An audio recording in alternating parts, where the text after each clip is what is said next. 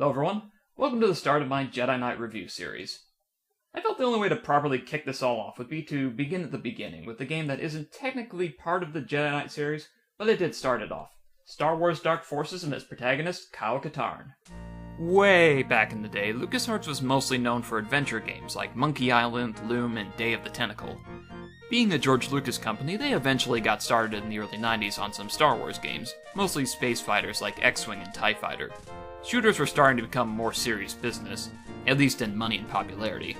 So someone cooked up the idea to put a shooter in the Star Wars universe. Thus, Dark Forces was born.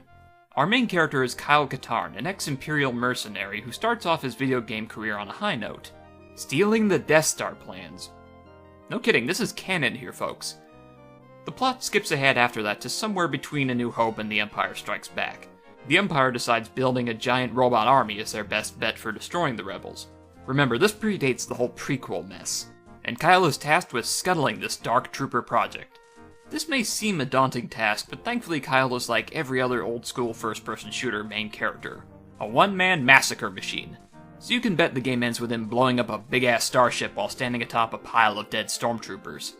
Fans of Doom will feel right at home in Dark Forces, as the gameplay is very similar.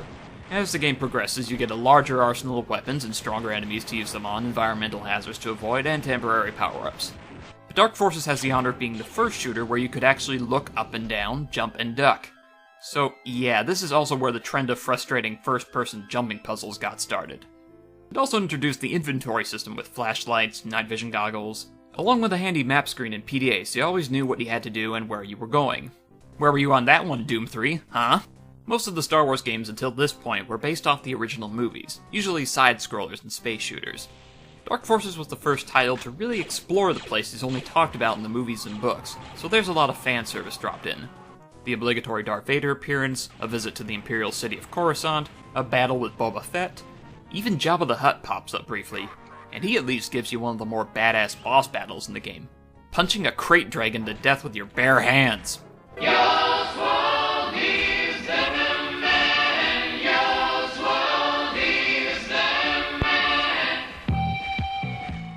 Sadly, being an early first-person game, it has its share of problems. Objects and enemies are flat and always face towards you no matter which way you look. And the perspective can be a real eye strain after being used to the true 3D graphics of the last 2 decades. Looking up and down is also a pain because the mouse will only control the X-axis of view, and you have to tap the page up and page down keys for the Y-axis. The AI is flat out retarded, with really bad aim. Oh, and there are sewer levels, because when you think of Star Wars, you think of hopping around in rivers of filth. There is a lot more criticism I could level at the game, but I think there's a point where a game is so old, you just can't be that harsh on it. It would be like mocking Tutankhamun for being short. And that's really what we're talking about here, the archaeology of gaming. A lot of trends still present in first-person shooters got their start here, so it's worth playing for the novelty of that at least.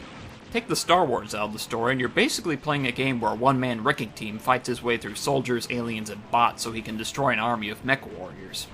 I can recommend the game solely for the novelty of an old-school PC game experience. That's about all I can say about Dark Forces, so let's talk about the one thing that will continue through the next few games. Kyle Katarn. His character is barely developed in this episode, so if you want to learn more, I'd suggest picking up this book, Soldier for the Empire by William C. Dietz. Now I admit, I have no real love for Star Wars fiction. I've read maybe 1% of all the books out there, but this one's actually a pretty easy and enjoyable read. The book basically fleshes out the character of Kyle, starting with his days in the Imperial Academy as a stormtrooper with better-than-average survival instincts, how he turned against the Empire and joined the Rebels, ending with him getting involved in the theft of the Death Star plans. It's the only time I've read a video game tie-in book that actually enhances the story of the game, unlike other books.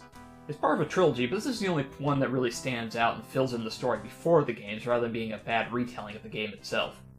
Between this and Dark Forces, it sets the stage nicely for our next game, Dark Forces 2, better known as Jedi Knight. Action, adventure, lightsabers, and bad FMV acting! Excellent! This is how I act when robots attack.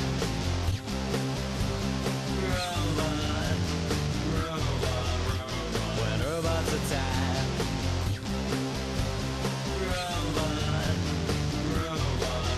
When robots attack.